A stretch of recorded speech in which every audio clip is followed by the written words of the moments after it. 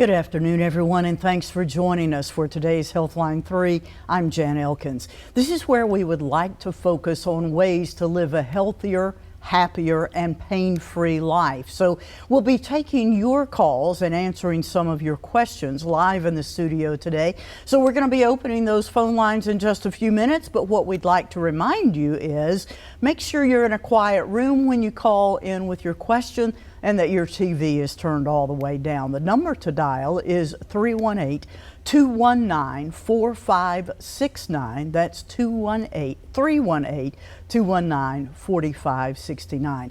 And today we're going to be talking about advances in cardiology over the last decade. And joining me is Dr. Phillip Rozeman with Willis, Knighton. Thank you so much for taking a minute to be with us. Thank you. I think we all realize that heart disease is the #1 problem in our country, but as you say, over the last decade there have been lots of advances. Yes, there have been many advances over the decades. When I started, the only thing we could do for someone with a heart attack was to put them to bed and give them morphine for the pain.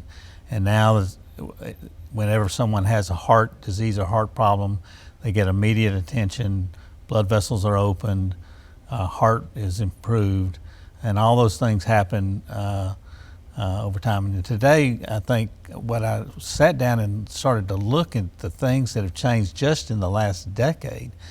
It's been amazing the things that have changed, and those things are going to be better over the next decade. Mm-hmm. So I'm looking forward to the future, and I really do appreciate all the technology of the past. So when we talk about some of the things that have improved over the last 10 years, name a few of those. Well, first, I put a list looking at things that I think are most important.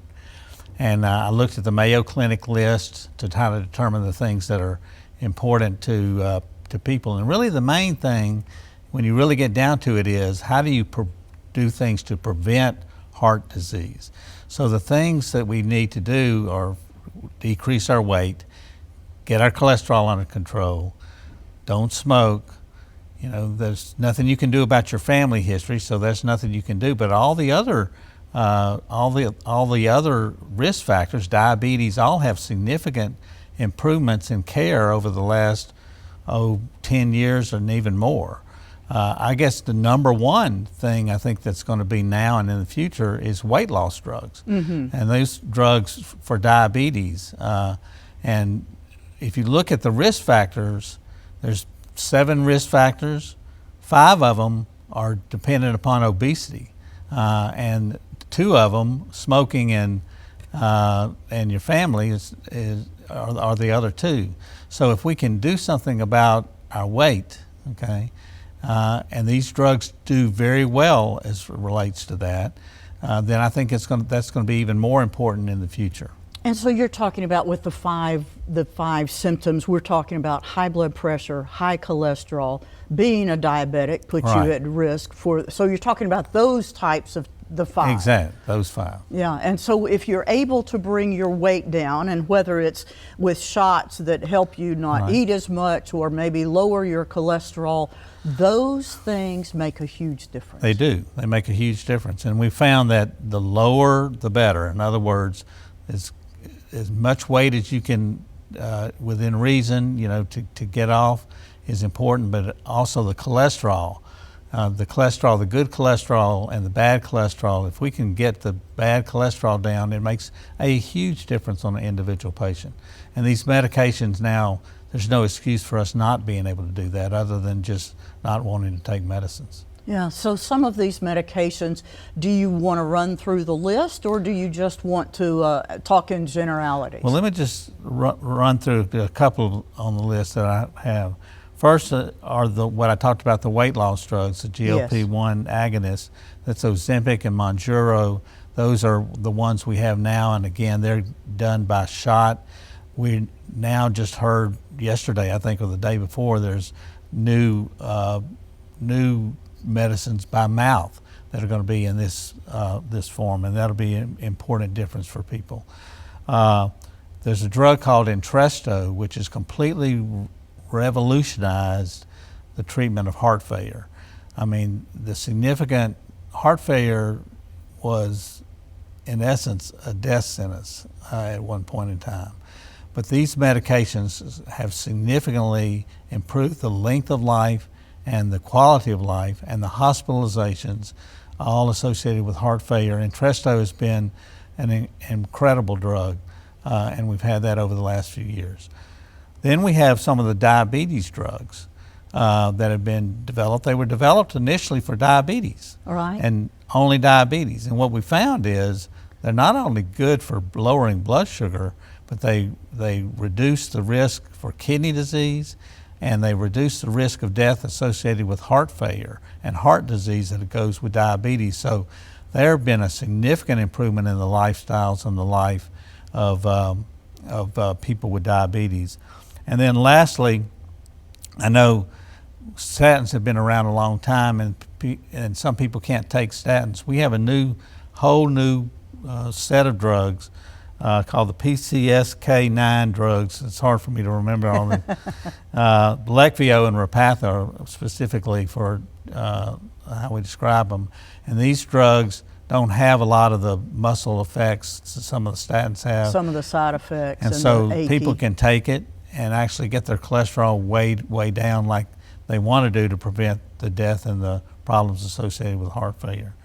So those were the drugs that looked at over the last few years. And then one of the key things I think that we don't talk about enough is what's called TAVR, which is a way of actually putting a valve into somebody's, changing a valve without opening the chest, doing it all through the leg, through catheters percutaneously through the leg. And now we can change out a aortic valve that at one point in time, again, had to be treated with surgery. Open heart surgery. Open heart surgery at that, and if you were older, you just didn't get it. I mean, because it was too much to have heart surgery. Now we have people in their 80s, getting a pump up in their lifestyle and also the length of their life by these transcutaneous valves. So we're talking about in the last decade the advances that have helped individuals, heart medicine, heart disease. What do you think has made the difference? Is it the research? Is it newer technology? Is it a combination of awareness? What has helped? Well, it's a little bit of all that, but I think the new technology has been significant in that all of these other things that we're doing, these transcutaneous things that we could only do through surgery, that's because of great technology changes in the visual aspects of that, and the companies that that invest into significant research for that. I don't think any of this would have happened if we didn't have the money that we spend in research, and that's probably that's the problem of cost and all of that. But if we're going to advance, it's been because of the research that's been done generally by the drug companies, because they're looking for a profit, make a profit too, and they make the products. Let's talk a little bit about the smartphones, if you will, that really are smarter than I am. They are, and we use that technology now in cardiology. I mean, up until just recently, we would have to wire people up in a monitor that they carried. It was about this big, and they carried it around with them to kind of determine about what kind of arrhythmias they might have during the day. Basically, at least 24 hours, they had to wear, what was it, the Holter monitor? Holter monitor. Yes, absolutely. Yes. Now it's just a patch, and the patch is, monitored not in the same room because of the technology of smartphones and the technology that now you can use in these patches. We can put a patch on and we can see every heart rhythm that you have in a 2-week period. And that has been incredibly helpful, because most of the time people would come in and say, I have this symptom.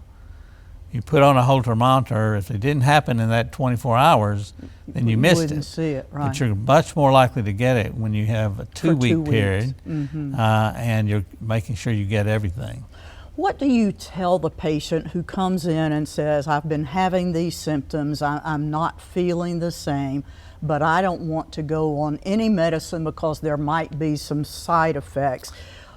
How do you weigh the advantage of losing weight, Yes. of losing the diabetic risk, of lowering your cholesterol and blood pressure versus the risk of the medicines? Yeah. Well, you have to do that with each medicine. But I will tell you that these medications are generally very safe. They've had a significant amount of studies done on them. A medicine doesn't get into the United States and become useful for all to use until it's gone through a whole lot of preliminary trials. That's a good thing about America. You know that there's been a significant check on these things before they get into the public. That doesn't mean that we're not going to discover things in the future as possible, but we have done a whole lot of work in making sure that these things are safe.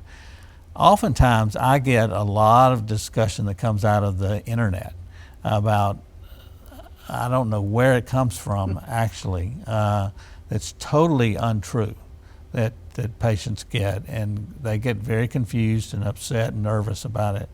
A lot of that is even with these medicines, a lot was with the medicines like statins. Those medicines oftentimes have all kinds of different things people are saying about them. But we've been using these things for 30 or 40 years, right, and they've done a complete change, I think, in the area of cardiac disease and prevention by lowering cholesterol the way that they do. It's amazing to me that all of the diseases that we've all been concerned about, now we can treat better, faster, not have to wait so many years for the effect to take place. Absolutely. It is best to get things done earlier and taken care of, and I guess I remember the days when my clinic was mainly 50 and 60-year-olds. Mm-hmm. My clinic today is more like 70, 80, and 90-year-olds. Fabulous. We're living longer and healthier. You are living lower and healthier. Good. I've watched this, and I think it's predominantly for these things that we're doing with prevention. We do a lot of things, with balloons and stents and surgery and all kinds of different devices that are all helpful for a small group of people. But the large group of people, the people with diabetes, the people that are overweight, the people that have high cholesterol, the people who have a family history because they have all of those things, right. They have lived significantly longer and better than ever before. Now this is a long 2 words, and I may get it wrong, but I think it's an endovascular thrombectomy. First, what is it and how has that changed? And that is a device or different ways in which you can actually, a lot of the problems with heart attacks, with blood clots to the lungs called pulmonary embolus, mm-hmm. strokes, are because of blood clot that gets into a vessel and closes the vessel. And we have in the areas of stroke, in the areas of coronary disease, when you have a total blockage in the blood vessel, in the area of pulmonary embolism, which is blood clots that go to the lung, that go from the leg, the blood clots that go in the lungs. We now have devices that really can help kind of suck or pull back, some of that thrombus and open up a blood vessel so that, it's open and gets blood flow and prevents some of the damage, even the deaths associated with those particular problems.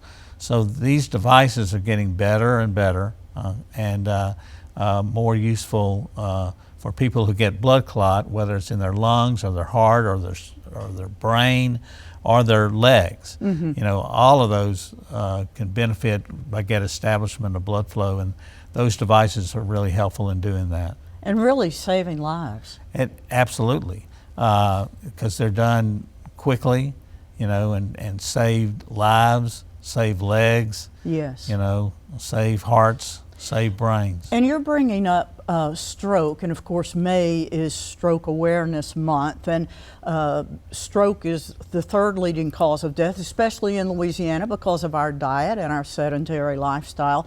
But I'm interested in the fact that these same advances for the heart are also helping us avoid things like diabetes and things like stroke. Would you agree? Yeah, absolutely. I mean, you can put stroke and heart disease right together because they're all the same thing. I mean, it's this process of what's called atherosclerosis. A heart attack to the heart, or a heart attack to the brain. I get it.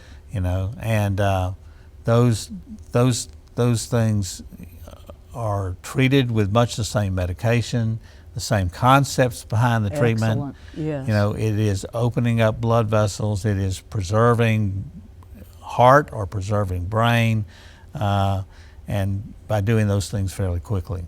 So you have mentioned several things that, like AFib, let's talk about a little bit, because we haven't talked about that yet, because when you have heart disease, there are 40 different types of quote-unquote heart disease. Yeah, heart disease, yeah, a lot. And we have arrhythmias.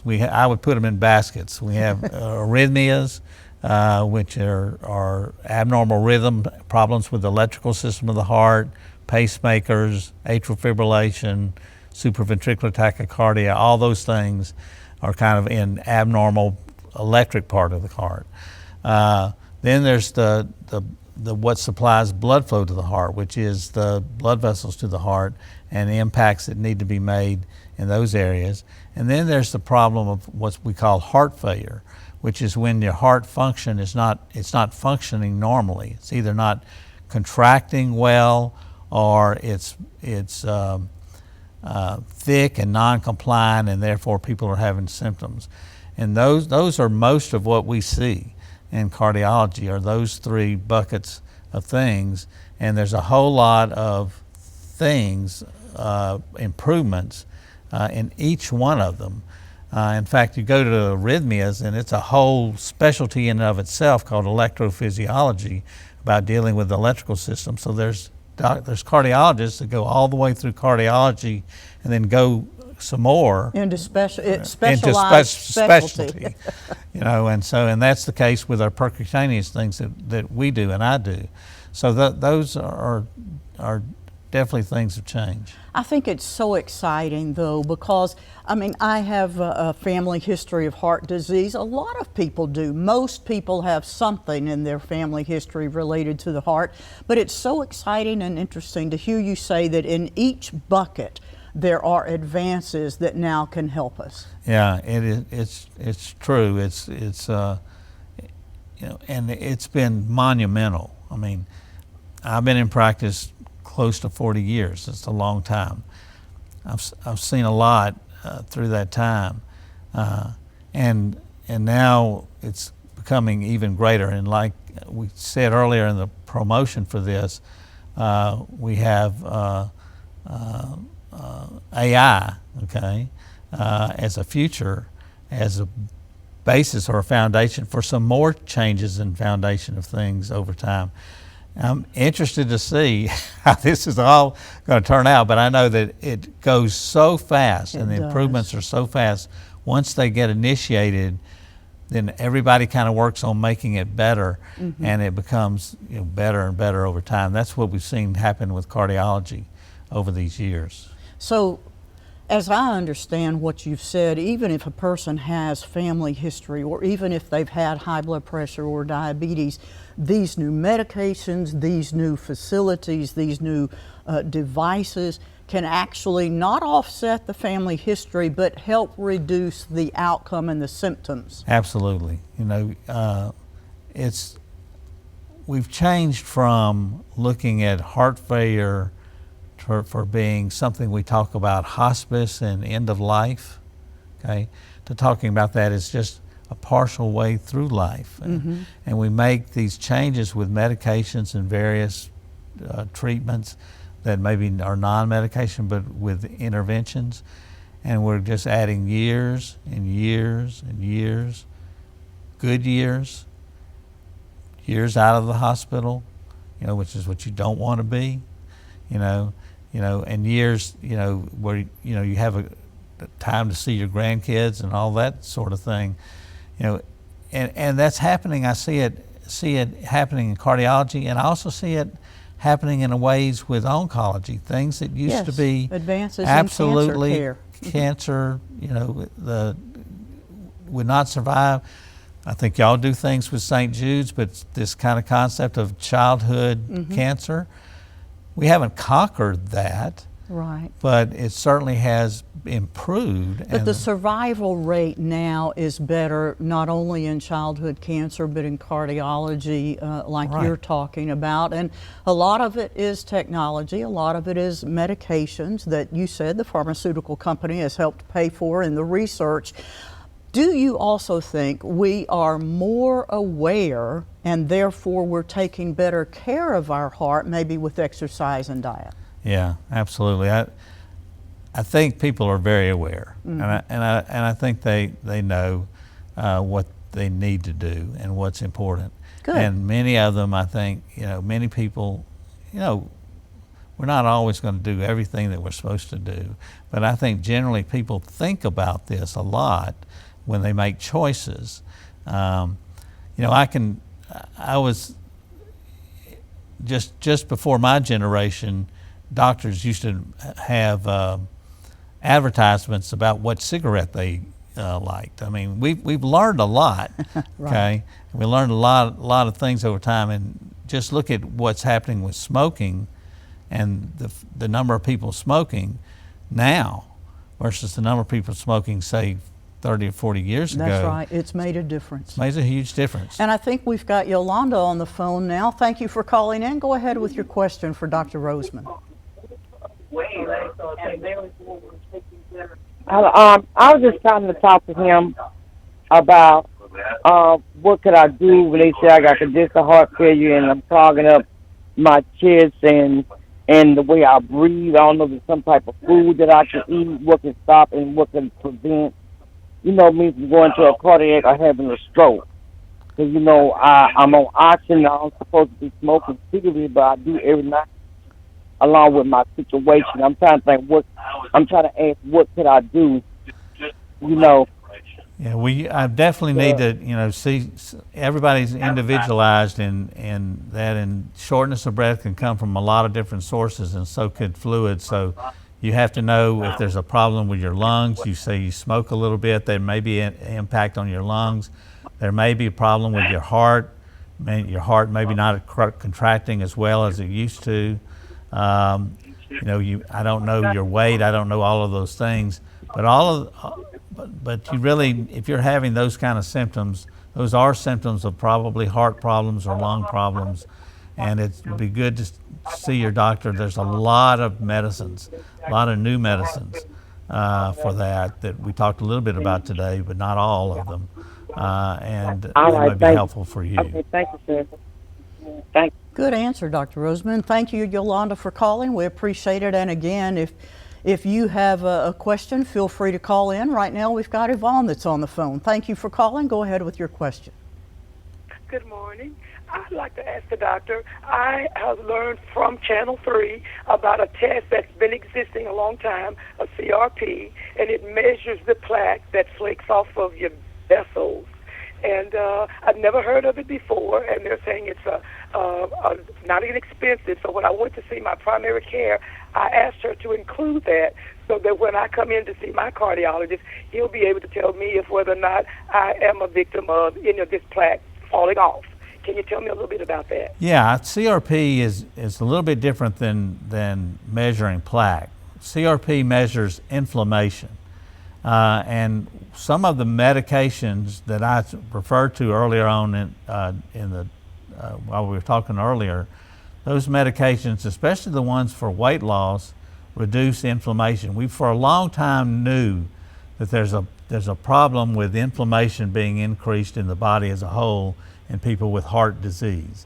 And so it's just a general thing and we've never really figured out how we can make changes in the inflammation. But there's a thought that these GLP-1 drugs, these medications for weight loss, may actually part way how they work is reduce inflammation and have people live longer with diabetes and other problems associated with that.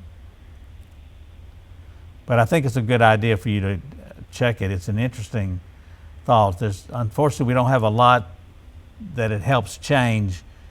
Someday that we may.